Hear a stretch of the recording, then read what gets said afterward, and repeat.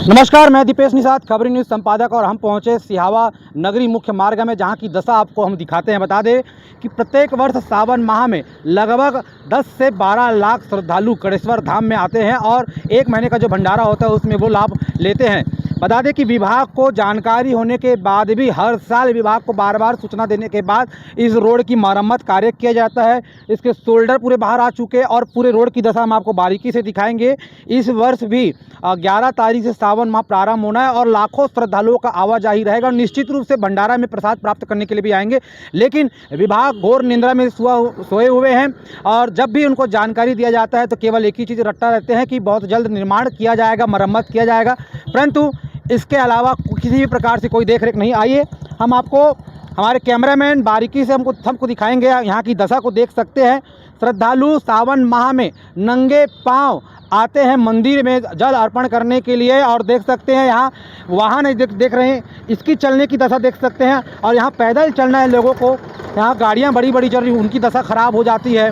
और ये राहगीर इनको रोकते हैं, ये राहगीर है, इनको रोकते हैं, इनकी दशा पूछते हैं। बताइए इसकी क्या कुछ दशा, इसके बारे में कुछ। बहुत जर्जर स्थिति है भैया। डेली हम लोग आना जाना करते हैं सिहावा से नगरी, नगरी से सिहावा, पूरा इतना जर्जर हो गया है। दुर्घटनाएं होने की संभावना बहुत ज़्यादा, कई बार हम लोग भी गिर चुके हैं इस रोड में। ये और आ रहे हैं गाड़ी, कैमरामैन हमारे इधर से दिखाएंगे, इनको दिखाएंगे। भैया क्या कहेंगे इस रोड के बारे में जी? बहुत खतरा है रोड में और लेडीज लोगों को बैठा सहारा लेने की में भी बहुत तकलीफ हो रहा है। ये रोड कब से ऐसी दशा में?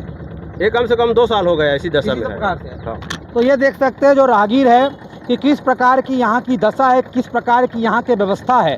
सावन माह प्रारंभ होने को है, श्रद्धालु इसमें पैदल चल के आते हैं और लाखों श्रद्धालुओं का तांता लगा रहता है सिहावा क्षेत्र में।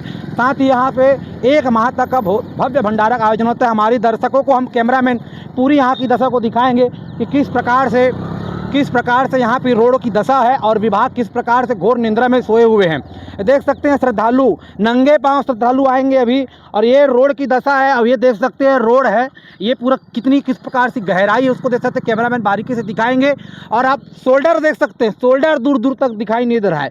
कहने का मतलब ये पूरा रोड ध्वस्त हो चुका है, पर विभाग जानकारी होने के बावजूद भी घोर निंद्रा में है, दुर्घटना होने का इंतजार कर रहे हैं। जानकारी देने पर बहुत जल्दी इसका पेच वर्क करने की बात कहते हैं, परंतु क्या वो दुर्घटना का इंतजार कर रहे हैं। और बाकी से आगे 8 किलोमीटर का यह रोड अति जर्जर अवस्था में है। देख सकते हैं सभी ओर पूरे गड्ढे हो चुके हैं। यहाँ लोग परेशान हैं, लोग त्रस्त हैं। दुर्घटनाएं आए दिन होती रहती हैं, फिर भी लोग इसकी ओर ध्यान आकर्षण नहीं कर रहे हैं। आइए देख सकते हैं बड़े बड़े यहाँ के राजनेता भी इसी मार्ग से चलते हैं, इसी मार्ग से आवाजाही है। बता दें माँ महानदी अभियान के तहत सिहावा आज किसी पहचान का मोहताज नहीं है। बाबा सिंह ऋषि के आश्रम है, बाबा धाम है, फिर भी वहाँ पहुँचने के लिए जो मार्ग की दशा है वो अति दयनीय है, अति निंदनीय। देख सकते हैं पूरी दशा, पूरे मार्ग, हमारा कैमरामैन पीछे दिखाएंगे, पूरे मार्ग की दशा उसी प्रकार की बनी हुई है। और लाखों श्रद्धालु, अब सावन के माह प्रारंभ होने को है, लाखों श्रद्धालु नंगे पांव श्रद्धा जो है जल अर्पण करने आते हैं। यहाँ वाहन चलने को दुश्वार है, लोग पैदल चलेंगे। क्या 4 दीवारी में बैठे अधिकारी लोगों के, श्रद्धालुओं की पीड़ा और वेदना को समझना जरूरी नहीं समझते हैं? प्रतीत होता है जब बड़ी दुर्घटनाएं होंगी तब इस पर लोग ध्यान आकर्षण करेंगे। बड़े बड़े जो है गिट्टे यहाँ निकल चुके हैं और यहाँ नंगे पांव चलने हैं, तो किस प्रकार से श्रद्धालुओं को देख सकते हैं। सब कहते हैं बोल बम कहना बड़ा आसान है और इस रास्ते में चल के स्वामी को जल अर्पण करना कितना मुश्किल है, आप देख सकते हैं। और इस प्रकार की पूरी दशाएं यहाँ पे बनी हुई हैं। और नगरी से सिहावा देपुर, यहाँ पे हमारा प्रसिद्ध मंदिर, प्राचीन मंदिर कणेश्वर धाम, जहाँ पे सावन मास में हजारों की संख्या में श्रद्धालु आते हैं, वो भी नंगे पांव भगवान शिव को जल अर्पण करने। और आज की स्थिति में ये रोड ऐसा है कि पैदल चलना तो बहुत दूभर है, गाड़ी मोटर की तो अलग बात है, गाड़ी से तो चल नहीं सकते। आए दिन यहाँ पे एक्सीडेंट होते रहता है। और इस स्थिति में हमारे वो श्रद्धालु जो नंगे पांव चलते हैं उनकी क्या स्थिति होगा, ये सोचनीय स्थिति है। और शासन प्रशासन से मैं निवेदन करूं इस ओर ध्यान दे और अभी सावन मास के पूर्व इनको बनाने का कष्ट करें और बहुत जल्दी ये रोड को बनाएं।